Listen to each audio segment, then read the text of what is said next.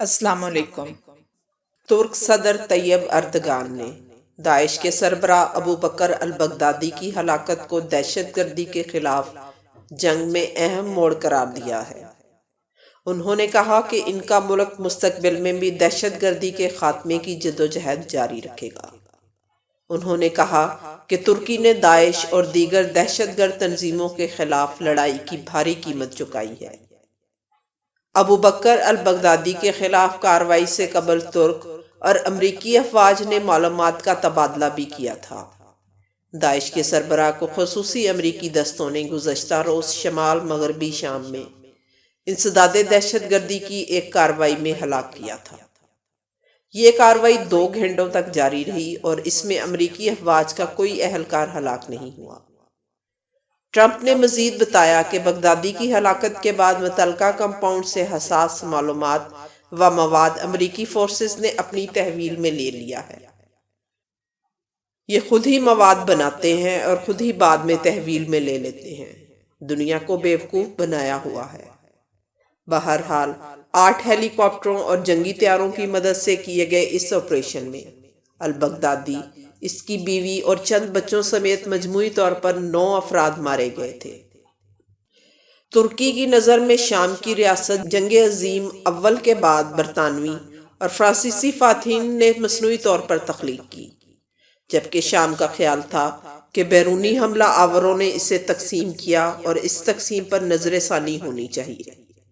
یہی نہیں بلکہ شام بھی یہ سمجھتا ہے کہ اس کا کچھ حصہ ناجائز طور پر ترکی کے سپرد کیا گیا ہے۔ دونوں ملکوں کے درمیان ابتدا ہی سے سرحدی تنازعات، بالخصوص ترک صوبے حاتے کا معاملہ سنگین رہا ہے اور شام کا اس صوبے پر دعویٰ ہے۔ سرد جنگ کے دوران ترکی اور شام 2 مخالف کیمپوں میں تھے۔ ہمیشہ جنگ کے دہانے پر کھڑے شام اور ترکی نے 1988 میں ایک معاہدے پر دستخط کیے اور یہ معاہدہ دونوں ملکوں کے تعلقات میں ٹرننگ پوائنٹ ثابت ہوا۔ اس معاہدے سے شام نے کردستان ورکرز پارٹی کو دہشت گرد تنظیم تسلیم کیا اور علیحدگی پسند رہنما عبداللہ کو دمشق سے نکالنے کا وعدہ کیا، جس سے تعلقات دوستی کی جانب مائل ہوئے۔ 2004 سے 2010 کے عرصہ میں شام پہلا ملک تھا جس کے ساتھ ترکی نے بطور ہمسایہ اور زیادہ سے زیادہ تعاون کی پالیسی کے تحت اعلیٰ ترین سطح پر تعاون قائم کیا۔ 2010 میں ترکی نے شام، اردن اور لبنان کے ساتھ 4 ملکی آزاد تجارتی معاہدہ کیا۔ 2010 میں تیونس سے شروع ہونے والے عرب بہار، جو دراصل سارے عرب حکمرانوں کے خلاف بغاوت کی ایک لہر تھی، اس نے شام کو بھی لپیٹ میں لے لیا۔ شام کے صدر بشار الاسد کو بچانے کے لیے ایران اور حزب اللہ نے پراکسی جنگ شروع کر دی۔ ایران اور حزب اللہ نے بشار الاسد کو بچانے کے لیے اپنے تمام مالی اور عسکری وسائل استعمال کیے۔ روس بھی واحد عرب اتحادی کو بچانے کے لیے میدان میں آ گیا۔ ترکی نے بشار الاسد کو ہٹانے کی کوششوں کا ساتھ دیا اور بشار الاسد کے باغیوں کو اسلحہ اور مالی مدد فراہم کی، اور یہ خطہ پراکسی وار کا گڑھ بن گیا، اور یہ سب امریکہ کے کہنے پر ہوا، اور یہ ترکی کے لیے بہت بڑا رسک تھا۔ بہرحال امریکہ مسلمانوں میں دراڑیں ڈالنے میں کامیاب رہا۔ روس اور ایران کی مداخلت کی وجہ سے بشار الاسد کو ہٹانا مشکل ہو گیا اور توازن بشار الاسد کے حق میں ہو گیا۔ ترکی کو شام کے بحران کا ذمہ دار قرار دیا جانے لگا۔ داعش کے خلاف جنگ کے نام پر امریکہ بھی 60 ملکوں کے اتحاد کو لے کر جنگ میں کود پڑا۔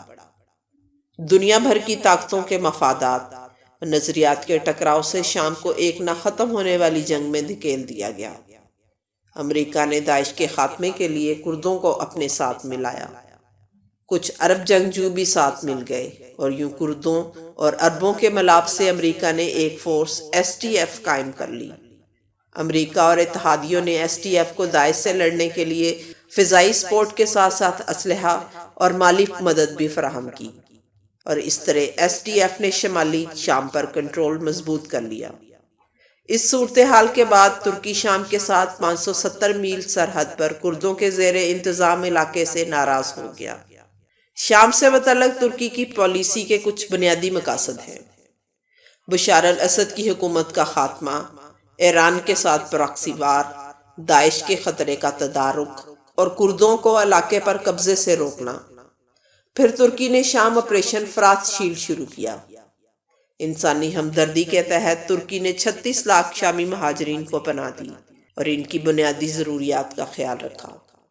اب بھی ترکی کی پالیسی میں شامی مہاجرین کی مدد شامل ہے، لیکن اس کے ساتھ ترکی چاہتا ہے کہ شامی مہاجرین کی کوئی نئی لہر پیدا نہ ہو، مزید ہجرت روکی جائے اور پہلے سے بے گھر شامی شہریوں کے لیے شام کی سرحدوں کے اندر ایک سیف زون بنایا جائے۔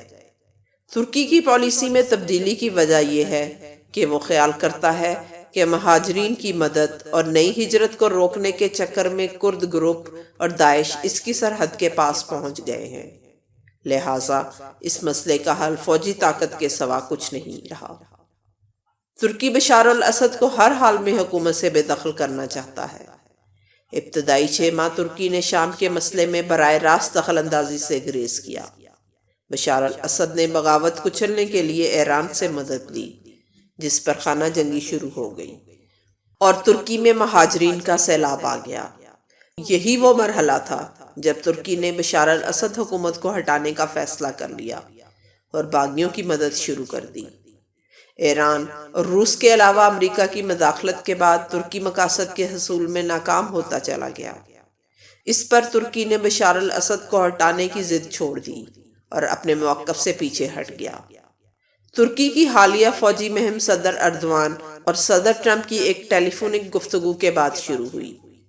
امریکی میڈیا کی رپورٹس کے مطابق صدر اردوان نے شدید غصے کا اظہار کرتے ہوئے کہا کہ اتحادی ہونے کے باوجود امریکہ ترکی کے سیکیورٹی خدشات کو اہمیت نہیں دے رہا، اور یہی حال امریکہ کا پاکستان کے ساتھ تھا۔ امریکہ افغانستان میں انڈیا کو زیادہ ترجیح دے رہا تھا، جبکہ انڈیا پاکستان کے لیے ایک سیکیورٹی رسک تھا۔ بہرحال صدر اردوان کے ساتھ گفتگو کے بعد صدر ٹرمپ نے شمالی شام سے امریکی فوجی دستے نکال کر ترکی کی کارروائی کا راستہ صاف کیا۔ لیکن جب امریکہ میں اس فیصلے پر شدید تنقید ہوئی تو صدر ٹرمپ نے ترکی کو دھمکیاں دینا شروع کر دی کہ اس نے تجاوز کیا تو اس کی معیشت تباہ کر دی جائے گی۔